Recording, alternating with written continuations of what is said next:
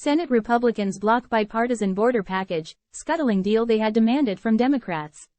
Washington, Senate Republicans blocked a bipartisan border package Wednesday, scuttling months of negotiations with Democrats on legislation intended to cut back record numbers of illegal border crossings. Many Republicans said the election year compromise wasn't enough, even as supporters of the bill insisted it represented the most comprehensive bipartisan border proposal in years and included many Republican priorities. The 49-50 vote, far short of the 60 ayes needed to take up the bill, came after most Republicans said they would vote against the legislation, which also includes $60 billion in wartime aid to Ukraine and $14 billion for Israel and was backed by President Joe Biden. GOP lawmakers had insisted that the money for conflicts abroad be paired with help for the U.S. border.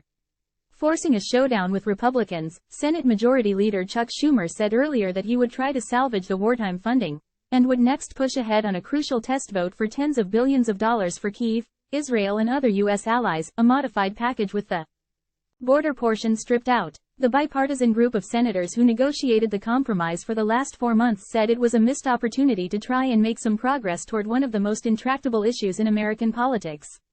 In a speech on the Senate floor just before the vote, Republican Senator James Lankford of Oklahoma, who crafted the proposal, said that it was a chance for the Senate to decide if we're going to do nothing or something. It's an issue that's bedeviled, quite frankly, this body for decades, Lankford said. It's been 3 decades since we've passed anything into law to be able to change border security. Independent Senator Kyrsten Sinema of Arizona blamed Republicans for not giving the bill a chance. Finally, it seemed, we had the opportunity to solve the nightmare my state has lived for over 40 years, she said, scolding Republicans for using the border for campaign photo ops, but rejecting the chance to enact law. Turns out they want all talk and no action, she said. It turns out border security is not a risk to our national security. It's just a talking point for the election. 4 Republicans voted to move forward with the legislation and 6 Democrats voted against it, some of whom said the border compromise went too far. It is unclear if enough Republicans will vote to move ahead with the standalone legislation for the wartime aid, which also would need 60 votes in the 51-49 Senate. If it did pass, it would still take days for the Senate to reach a final vote. Republicans were deeply divided during a closed-door luncheon as they debated how to proceed on the funding package, according to those in the meeting. And the Senate settled into an hours-long standstill as senators negotiated amendments for the standalone package. As some GOP senators have grown skeptical of sending money to Ukraine in its war with Russia, Schumer said that history will cast a permanent and shameful shadow on those who attempt to block it. Will the Senate stand up to brutish thugs like Vladimir Putin and reassure our friends abroad that America will never abandon them in the hour of need? Schumer asked as he opened the Senate. The roughly $60 billion in Ukraine aid has been stalled in Congress for months because of growing opposition from hardline conservatives in the House and Senate who criticize it as wasteful and demand an exit strategy for the war. We still need to secure America's borders before sending another dime overseas, Republican Senator Mike Lee of Utah wrote in a post on X. The impasse means that the U.S. has halted arms shipments to Kyiv at a crucial point in the nearly 2-year-old conflict, leaving Ukrainian soldiers without ample ammunition and missiles as Russian President Putin has mounted relentless attacks. Ukraine's cause still enjoys support from many Senate Republicans, including GOP leader Mitch McConnell, but the question vexing lawmakers has always been how to craft a package that could clear the Republican-controlled House. A pairing of border policies and aid for allies, first proposed by Republicans, was intended to help squeeze the package through the House where arch-conservatives hold control.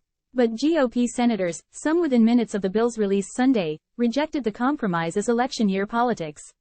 The wartime funding also would invest in domestic defense manufacturing, send funding to allies in Asia, and provide $10 billion for humanitarian efforts in Ukraine, Israel, Gaza and other places. Schumer said the revamped package would include legislation to authorize sanctions and anti-money laundering tools against criminal enterprises that traffic fentanyl into the USA. Separate section of the compromise border legislation that would have provided a long-awaited pathway to residency for tens of thousands of Afghan refugees was dropped in the slimmed-down bill. It was not clear whether the new plan, even if it passed the Senate, would gain support from House Speaker Mike Johnson. House Republicans are still insisting on a border plan, even though they rejected the deal negotiated in the Senate as insufficient. We'll see what the Senate does, Johnson told reporters Wednesday morning. We're going to allow the process to play out. Some were skeptical that a standalone aid package would be viable in the House. "I don't see how that moves in this chamber.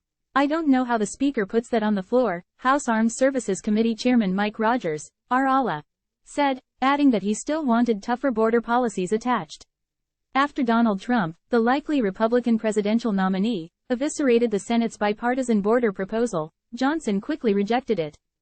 Trump has also led many Republicans to question supporting Ukraine, suggesting he could negotiate an end to the war and lavishing praise on Russian President Vladimir Putin, including after Moscow's February 2022 invasion of Ukraine. Johnson said this week he wanted to handle wartime aid for Israel and Ukraine in separate packages, but a bill he advanced that only included funds for Israel failed on the House floor Tuesday night.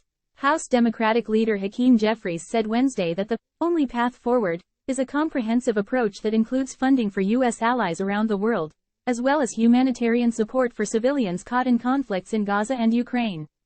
The White House said that Biden believes there should be new border policy but would also support moving the aid for Ukraine and Israel alone, as he has from the start. "We support this bill which would protect America's national security interests by stopping Putin's onslaught in Ukraine before he turns to other countries, helping Israel defend itself against Hamas terrorists and delivering life-saving humanitarian aid to innocent Palestinian civilians," said White House spokesman Andrew Bates. Even if some congressional Republicans' commitment to border security hinges on politics, President Biden's does not. Associated Press writer Sung Min Kim contributed to this report.